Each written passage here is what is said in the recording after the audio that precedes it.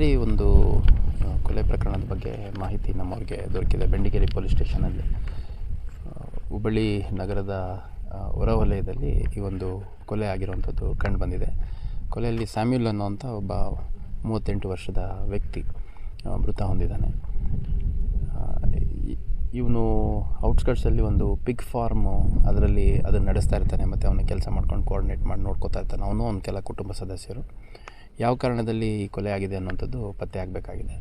ಇಲ್ಲಿ ಸ್ಥಳಕ್ಕೆ ಭೇಟಿ ನೀಡಿದಂಥ ಸಂದರ್ಭದಲ್ಲಿ ಖಾರದ ಪುಡಿ ಹಚ್ಚಿಬಿಟ್ಟು ಅವನಿಗೆ ಮಾರಕ ಅಸ್ತ್ರಗಳಿಂದ, ಅದರಲ್ಲಿ ಬ್ಲಂಟ್ ಅಸ್ತ್ರಗಳಿಂದ ಅನ್ನೋ ರೀತಿ ಕಾಣುತ್ತೆ. ಸೊ ಪೋಸ್ಟ್ಮಾರ್ಟಮ್ಗೆ ಬಾಡಿ ಮಾರ್ಚರಿಗೆ ಹಾಕಿದ್ದಾರೆ. PM ರಿಪೋರ್ಟಲ್ಲಿ ಏನು ಬರುತ್ತೆ ಅಂತ ನೋಡಬೇಕು. ಮೀನ್ವೈಲ್ ಆರೋಪಿಗಳು ಯಾರು ಅನ್ನೋಂಥದ್ರ ಬಗ್ಗೆ ಲೀಡ್ ಸಿಕ್ಕಿದೆ, ಆದಷ್ಟು ಬೇಗ ಪತ್ತೆ ಮಾಡ್ತೀವಿ. ಯಾವ ಕಾರಣಕ್ಕೆ ಅಂತ ಎಕ್ಸಾಕ್ಟ್ಲಿ ಇನ್ನೂ ಗೊತ್ತಾಗಿಲ್ಲ. ಈಗ ಆರೋಪಿಗಳು ಯಾರು ಅನ್ನೋಂಥದ್ದು, ಸಸ್ಪೆಕ್ಟ್ಸ್ ಯಾರು ಅಂತ ಗೊತ್ತಾಗಿದೆ.